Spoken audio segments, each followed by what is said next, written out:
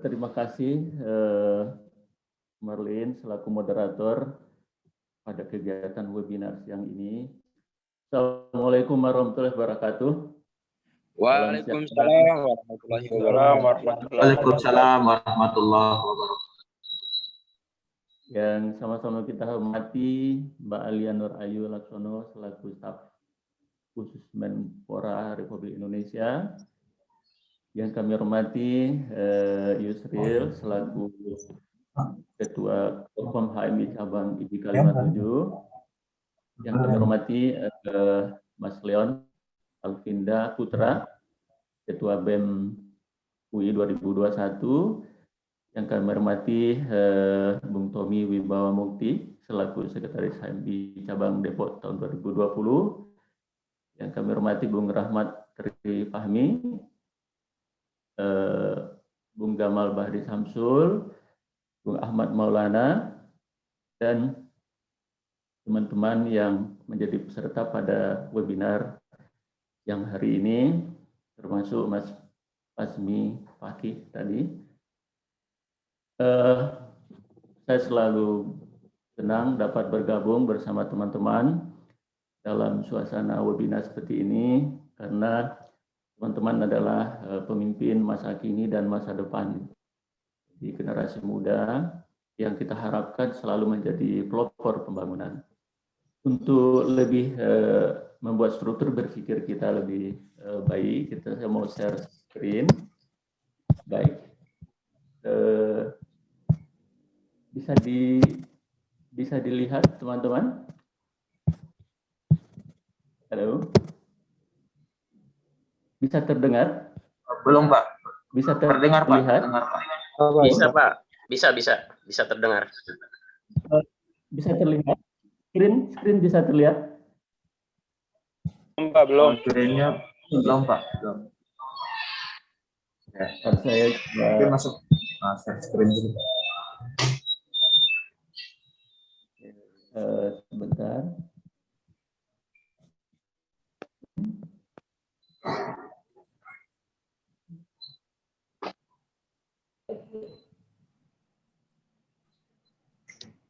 Ya.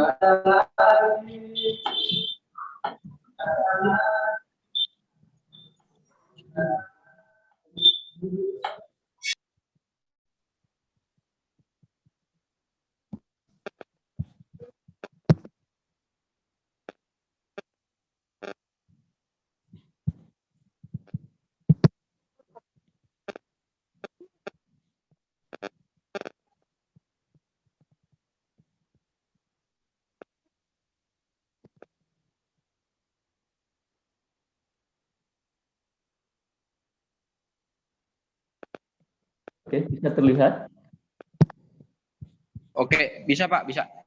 Baik. Baik, teman-teman yang kami hormati,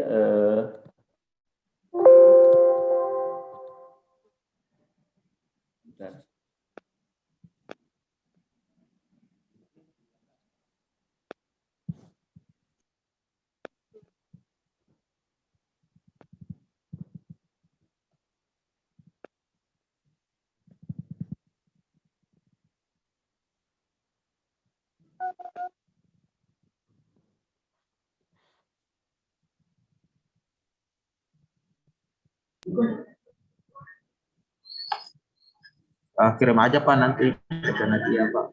Biar ya bisa screen. Bisa ya? Terlihat ya? Oke, bisa terlihat? Terlihat ya? Lanjut, Monitor? Pak. Ya, baik. Teman-teman yang kami hormati, jadi bicara peran pemuda dan organisasi, ada dua yang perlu diperhatikan. Yang pertama, peran pemuda terkait dengan peran perencana individu dan perencana pembangunan. Artinya secara individu kita tidak bisa berkontribusi apabila individu kita tidak kuat. Ya, yang kedua adalah perencana pembangunan baru bisa dilakukan apabila generasi muda itu sudah memiliki kompetensi. Yang kedua, peran pengorganisasian. bagaimana kita membagi tugas, bagaimana kita merencanakan kegiatan.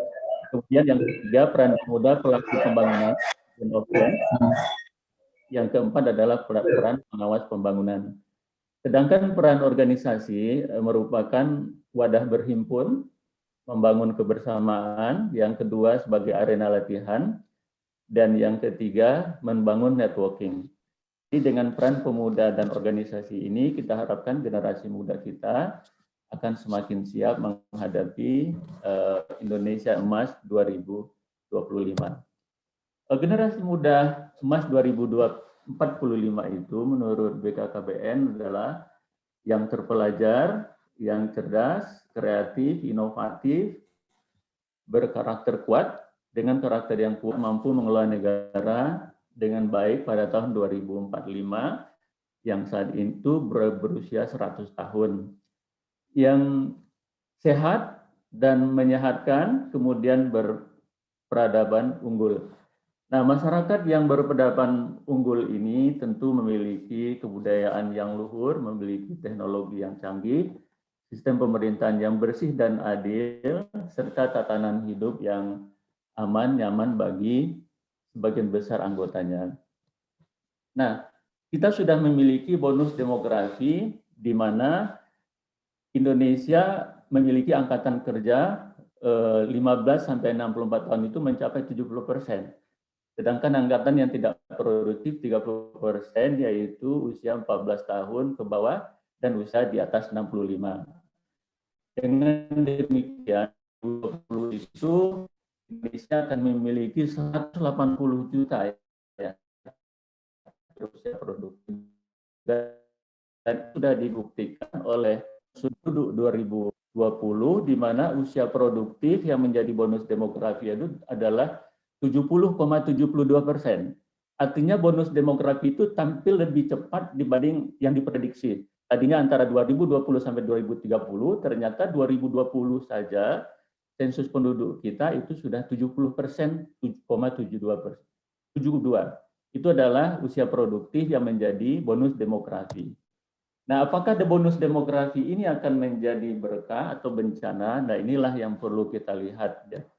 Jadi, hal ini bisa dilihat dari jumlah penduduk, peringkat Human Development Index, daya saing, prestasi, dan sektor pariwisata. Itulah yang diukur oleh beberapa negara di dunia, bagaimana melihat kondisi satu negara maju atau tidak.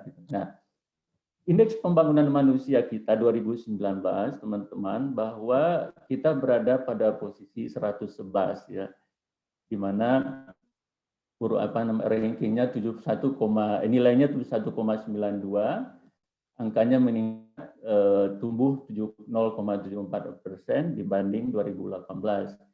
Bayi yang lahir 2019 memiliki harapan hidupnya 71,34 ya. Jadi kita semakin sehat dan ini juga meningkat dari tahun sebelumnya.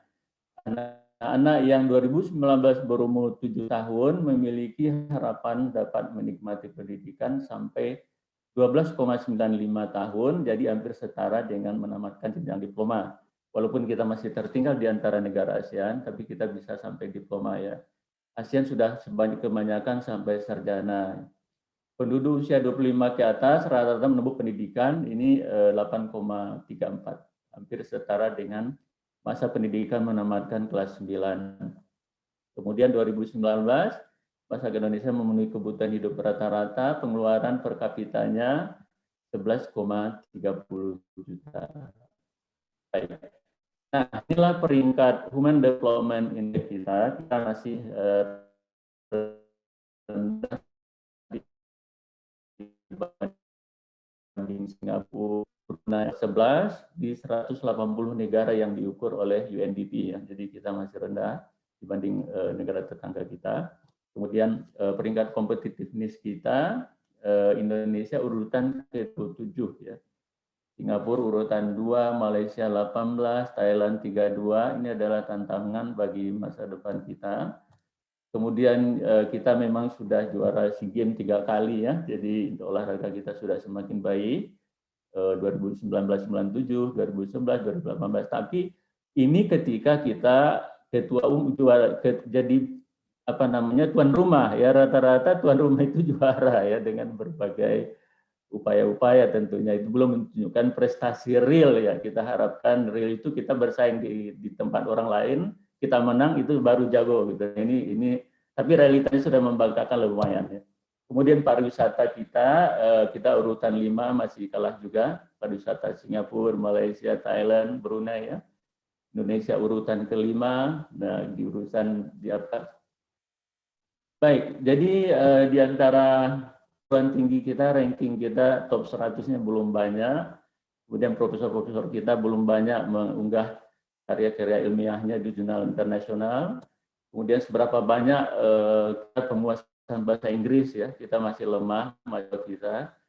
Pemuda kita tentunya memiliki penguasaan IT, dan juga berkomunikasi, berdiplomasi di forum-forum internasional. Nah, ini satu negara maju harus bergaul dengan dunia internasional. Nah, baik, jadi kita ingin melihat kenapa kita harus mempersiapkan masa depan, menuju mengetahui tentang masa depan, memudahkan persiapan yang harus dilakukan, kita bisa menyiapkan pemimpin-pemimpin yang cocok sesuai dengan zamannya. Kita sadar betul saat ini kita mengalami defisit pemimpin yang negarawan ya. Jadi negarawan kita banyak sudah berpulang, kita belum melihat lahirnya negarawan-negarawan baru yang menjadi impian bangsa Indonesia ya. Jadi kita harus siapkan diri, pemuda kita harapkan ke depan betul-betul serius untuk menyiapkan menjadi negarawan ini. Nah, kita berhadapan dengan revolusi industri yang ditandai oleh digitalisasi, big data, Internet of Things, ya, arus informasi yang semakin deras, dan seterusnya. Jadi, untuk itulah kita perlu menyiapkan keterampilan-keterampilan, di mana life and career skill, kemudian learning and innovation skill, information, media, teknologi skill, tentu didukung oleh standar-standar asesmen, kurikulum, professional development, dan learning environment. Ya. Jadi itulah nanti peran pemuda bagaimana mengawasi situasi support system ini ya. Jadi di samping merencanakan individu, perencanaan ini juga yang masukan kepada pembangunan ya. Kita harapkan mahasiswa pemuda memberi kontribusi terhadap Bappenas ya. Karena Bappenas itu setiap tahun membuat perencanaan, mungkin tidak terwakili semua aspirasi pemuda, sehingga program-program kepemudaan itu mungkin khususnya organisasi mahasiswa dan pemuda itu nggak terlihat gitu. Jadi peran-peran apakah melalui Bappenas ataupun melalui perencana di Menpora dan di Mendikbud, ini pemuda harus siap. Jadi dari sisi perencanaan ya, kemudian learning innovation skill ini pemuda harus critical thinking and problem solving ya. Nah, apakah ini diajarkan nggak di teori-teori berorganisasi? Ini penting ini. Jadi communication and collaboration, creativity and innovation, ya, digital literasi, media literasi, ICT literasi. Nah, jadi dari 60 negara yang diukur, kita urutan 59 literasinya ya. Jadi buku-buku bacaan, bisa mengakses e-book ya, ini masalah-masalah. Jadi ini harus disuarakan terus ke pemerintah oleh pemuda supaya informasi-informasi yang berkaitan dengan dukungan ini terpenuhi. Career and life skill ya, flexibility and adaptability ini perlu dimiliki oleh generasi muda. Inisiatif, self direction, social and cross culture interaction, productivity, accountability, leadership, dan responsibility. Nah, nanti peran leadership inilah nanti di arena organisasi sebagai wadah berhimpun, sebagai arena latihan, dan membangun networking akan terjadi. Gitu. Jadi inilah skill-skill yang dibutuhkan ketika Indonesia sudah menjadi Indonesia emas. Nah, kalau kita lihat lebih jauh, critical thinking, problem solving, analysis, interpretation, dan seterusnya, ini merupakan hal-hal yang perlu dipersiapkan secara individu oleh generasi muda supaya dia bisa berperan. Kalau dia tidak memiliki apa-apa, nggak memiliki ilmu dan juga tidak memiliki keterampilan, bagaimana dia berpartisipasi? Akan menjadi orang yang ketinggalan. Ya. Jadi inilah critical thinking yang perlu kita pelajari, bagaimana tadi learning and innovation skill, digital literacy skill, career skill ini harus dimiliki kalau kita mau berperan di 2045. Baik, nah inilah setiap hal yang tadi dirinci secara jelas. Active listening ya, jadi para pemuda harus aktif, tidak hanya bicara di media sosial, tetapi dia aktif mendengar tentu berkaitan dengan pengembangan ilmu, pengembangan skill ya, critical thinking, kemampuan berbicara ya, speaking, reading comprehension, writing, complex problem solving, judgment and decision making, active learning. Ya, jadi kalau sebelum kita bicara kita harus mendengar dulu ya, karena itu hal modal bagi kita. Learning strategy, system evaluation and system analysis. Kompetisi inilah yang dibutuhkan oleh generasi muda ke depan ya. Nah, bagaimana keterampilan tersebut diajarkan?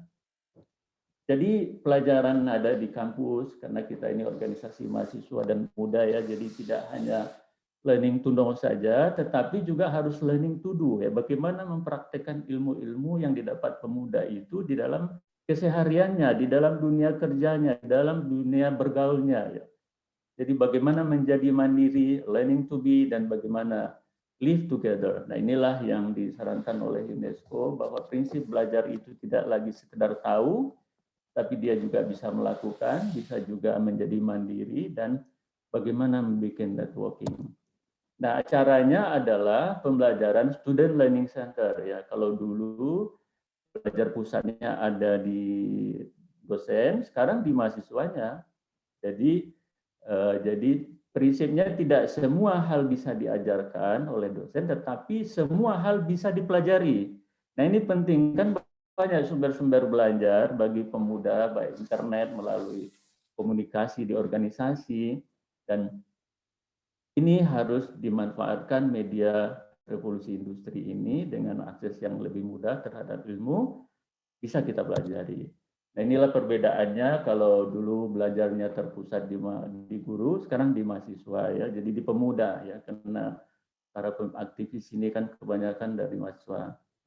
Baik, nah ini adalah kurang lebih bahwa teorinya 90% dari ilmu yang kita dapatkan, peran itu adalah doing the real thing.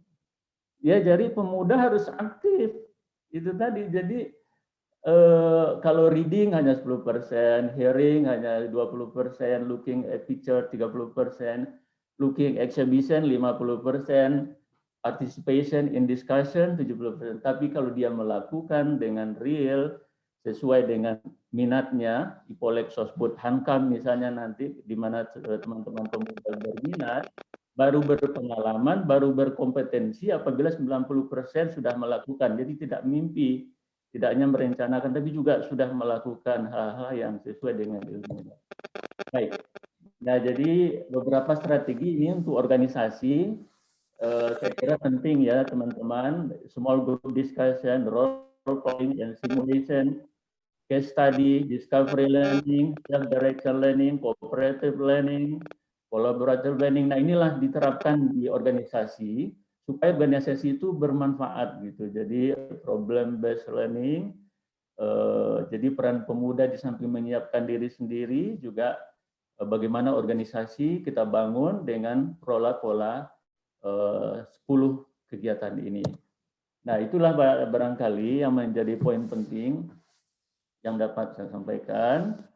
Saya senang sekali kita berharapan penuh dan besar terhadap generasi muda agar berperan ketika dari sekarang sampai 2045 nanti menuju Indonesia Emas. Jadi demikian saja, dengan mengucap Bismillahirrahmanirrahim.